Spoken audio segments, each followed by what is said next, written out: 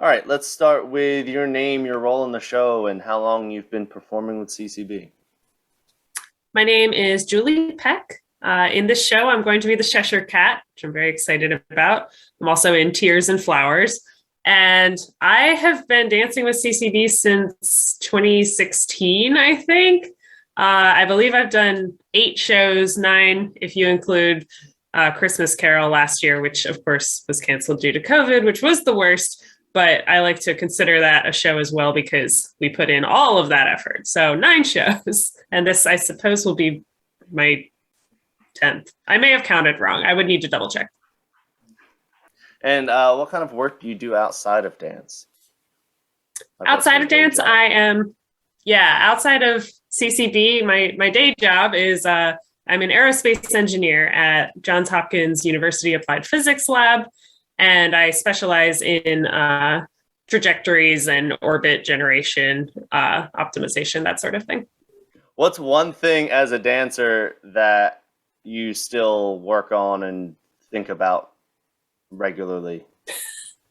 Just one? You want one. just one thing that I work on and think about? How about the one that's most frustrating?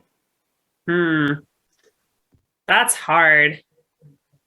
There are a lot of things about dance that frustrate me, and they kind of cycle through. I'll go through. I'm having a really bad left turning spell right now, but I'm turning great on the right, and I don't really understand it.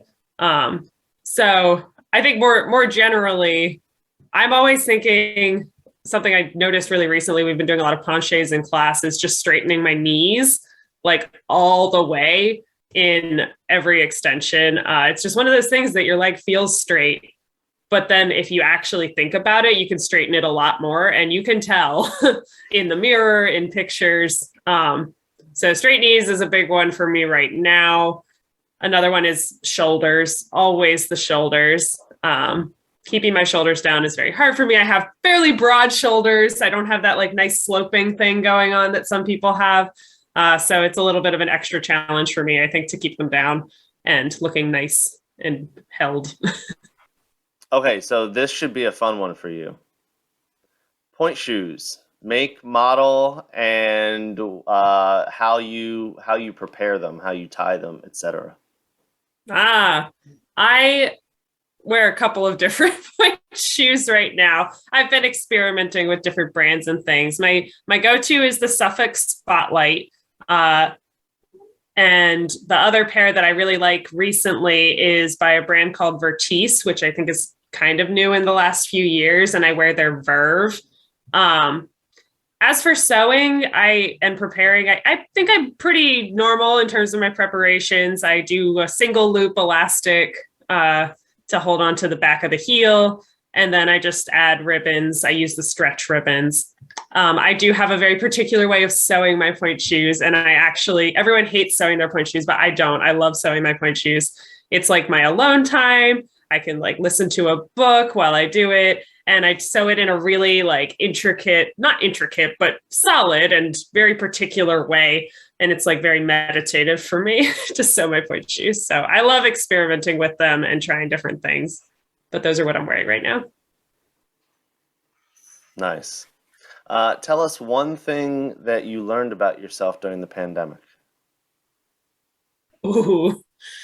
One thing I learned about myself during the pandemic is that I have a lot more empathy now.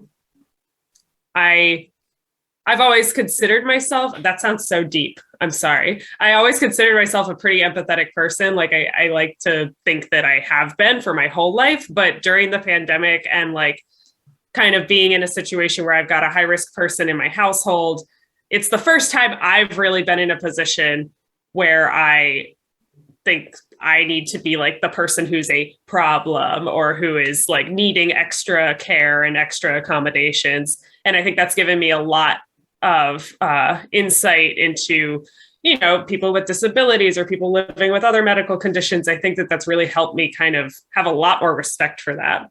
I've also learned that my temper has gotten much shorter. I get irritated way more easily now. buy smaller things. And I don't like that, but I'm hoping that I'll be able to, keep working on that with time because I didn't used to do that. But the pandemic has changed us all. Yeah, heard that. Heard that. Especially in public and driving. Yeah. Oh my God. Yeah. It's terrible. And like I will I'll get irritated about something and I'll like rage for a minute, I'll vent and then be fine 5 minutes later. It's a flash, it goes away. But Zach doesn't. He holds on to stuff. So if I'm like complaining to him about something for 5 minutes, he's still like mad about it 3 hours later, even if it doesn't affect him at all. And I'm like, oh crap. Yeah. Yeah. Okay, a couple of favorites. Favorite food. Favorite food? If you had a go-to. Yeah. So I would go tacos or queso and chips. Favorite color. Purple. Favorite time of day.